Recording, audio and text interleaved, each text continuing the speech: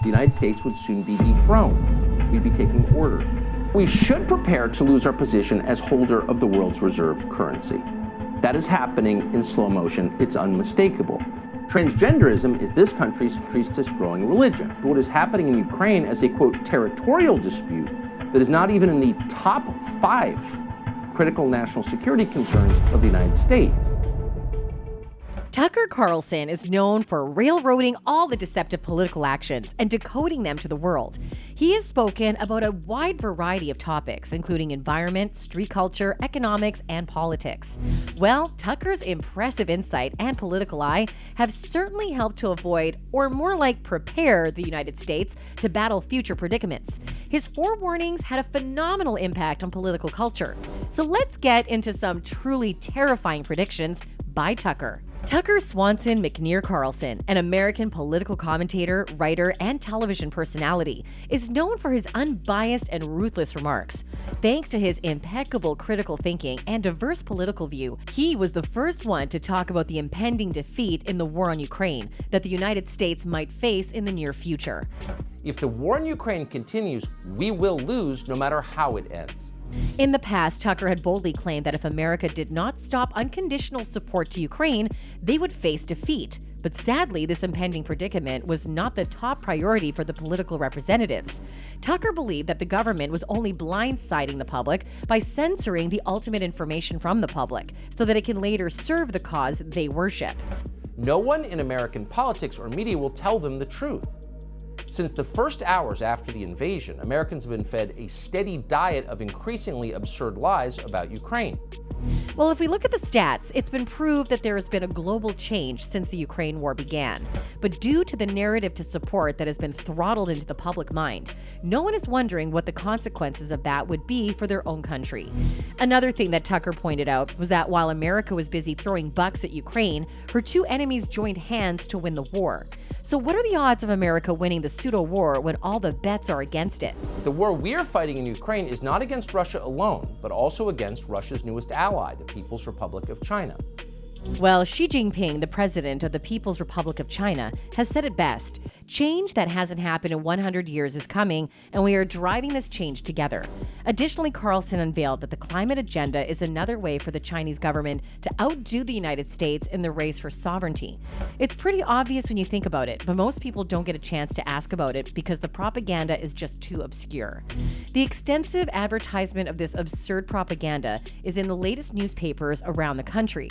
Well, it's pretty obvious that the United Nations demanded the United States to blow up its own economy, claiming that the world's survival is at stake. According to United Nations Secretary General Antonio Guterres, humans are responsible for virtually all global heating. Over the last 200 years, the rate of temperature rise in the last half century is the highest in 2,000 years. Concentrations of carbon dioxide are at their highest in at least 2 million years. The climate time bomb is ticking, but nothing ever happened to the world, did it? Despite their roundabout approach, it was a clear-cut method to rob American finances, just as Tucker predicted. Another thing that Tucker did was unveil the corruption of American policymakers who are trying their hardest to lead the country to poverty. Now, you might be quite perplexed by this observation. You see, it all adds up. Joe Biden has been imposing hefty economic sanctions on America. Even though on the front it may look like we've won as Joe Biden has been boasting about his 30 points win over Russia, other currencies are catching up to the US dollar. And what will happen after the US dollar is not at the top? America will lose its pedestal to the country that is. These policies have driven Russia, China, India, Turkey, and other countries to accelerate their flight from the US dollar. Now, to be clear, that's the majority of the global economy. In another instance, Tucker shared his observation about the economic downfall. He revealed that we're on the brink of a financial crisis. The political representatives are least concerned about what will happen to the economy because they are flushing thousands of dollars to keep up with the trends, such as climate change, equality, and diversity, and he has the stats to prove it. Remember when in 2008, 25 banks failed, according to the Federal Deposit Insurance Corporation's database? It resulted primarily as an effect of the multiple interest rate hikes made over the past year and recession worries which dried up demand for loans by small firms and startups. Well, Stephanie Pomboy, along with Tucker, foresee exactly that, if not much worse. What we're facing right now is really serious. I mean, we are on the brink of a 2008-style financial crisis, and I'm not trying to be hyperbolic. But despite all of Tucker's efforts, no one questioned the said morally essential sanctions outright because the public was spoon-fed this political perspective. The purpose of the sanctions has always been and continues to be deterrence. The development of a culture mob was also pointed out by Tucker in one of his episodes. We know that in this age, there's no one who has not heard the word racism. Well, Tucker revealed that Democratic parties have drummed up this agenda so much that it's lost its primary purpose to protect the people of color. What it did was weaponize and enrage them into becoming a cult. Anyone who calls them out would be punished for their hate crime. We see all that in the destruction of the moral and spiritual values of the young black generation.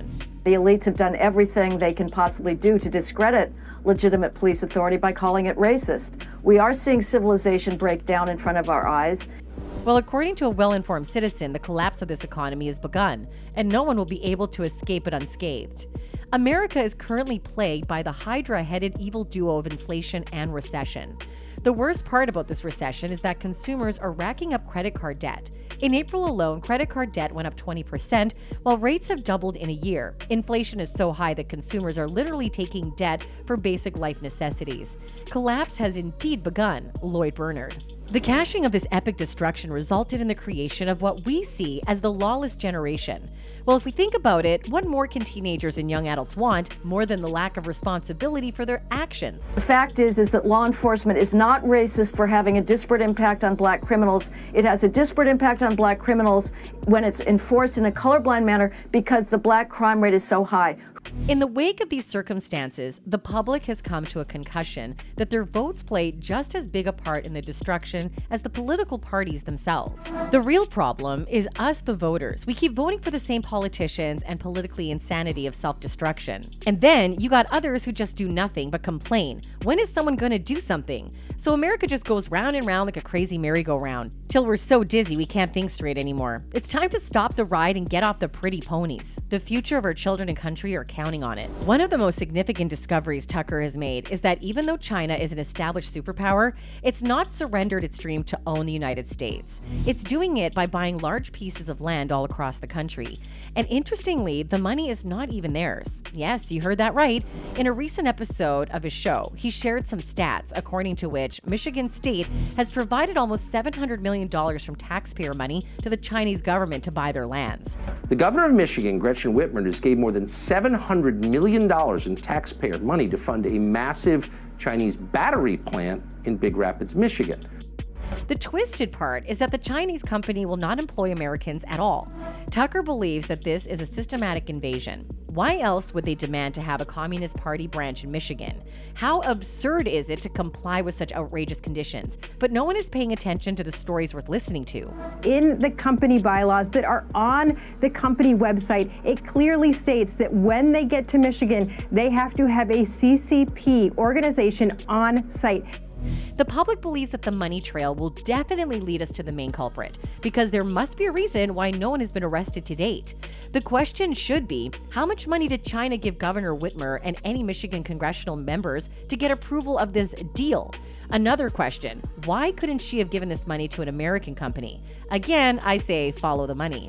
Well, now the US dollar era as the world's reserve currency for 100 years has come to an end, just as Tucker established before. Since the close of the First World War, the United States has been the preeminent nation on Earth. For 40 of those years, Americans were locked in a Cold War with the Soviet Union, of course.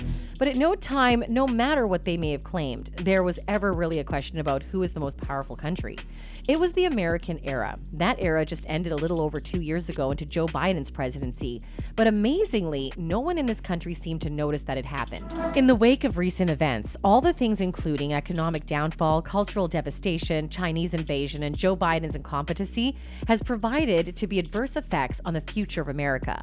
All of Tucker's warnings stood true, despite his desperate call for attention. Not many are paying attention to their own country's destruction. That's it for today, folks. Until next time, goodbye.